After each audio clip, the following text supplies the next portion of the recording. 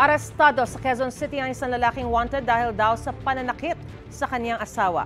Ang suspect nakalaya na matapos makapagpiyansa. May unang balita si James Agustin. Makinig ka muna. Sinilbihan ng mga operatiba ng Masambong Police Station ng warrant of arrest ang 34 anyos sa gym instructor sa Barangay Piñahan, Quezon City. Yan ay para sa kasong paglabag sa Republic Act 9262 o Anti-Violence Against Women and Their Children Act. Nung lumabas na yung warrant of arrest ditong nahuli nating suspect, identified po ng ating mga operatiba kung saan nagtatrabaho, saan ang location, kaya madali na po nilang nahanap.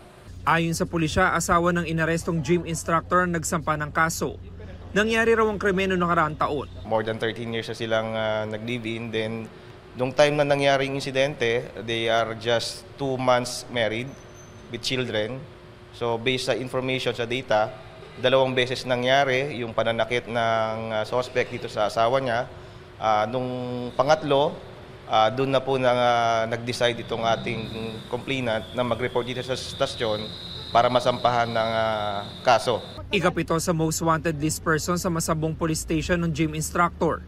Hindi na namin nakuha ang kanyang panig dahil nakalaya siya matapos makapagpiyansa. Ito ang unang balita. James Agustin para sa GMA Integrated News.